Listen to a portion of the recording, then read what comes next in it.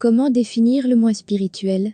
En fait, être auto-réalisé équivaut à embrasser et incarner notre moi spirituel, qui est notre vrai moi.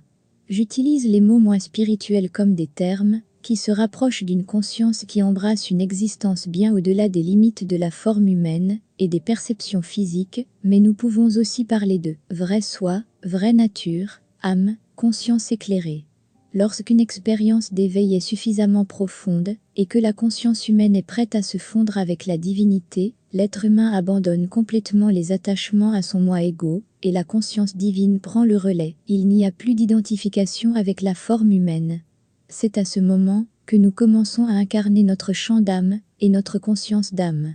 Cela ne signifie pas que nous cessons d'être quelqu'un sur les plans terrestres.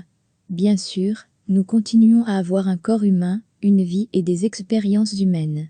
Nous avons en fait besoin d'une personnalité humaine pour fonctionner dans la société humaine, mais cette personnalité humaine existe dans l'abandon à la volonté divine et est donc libre des limitations d'un moi fixe et de toutes les petites histoires de moi.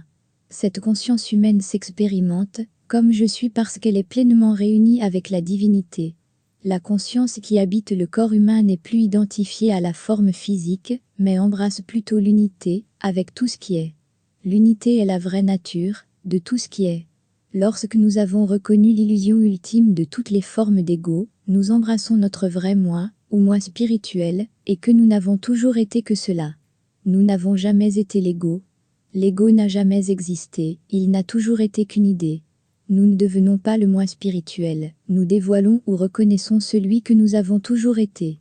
Le soi spirituel est l'âme ou l'entité divine qui vit dans nos cœurs.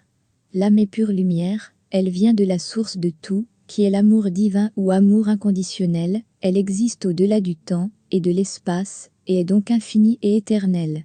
L'âme existe en union constante et permanente avec Dieu, ou la source de tout.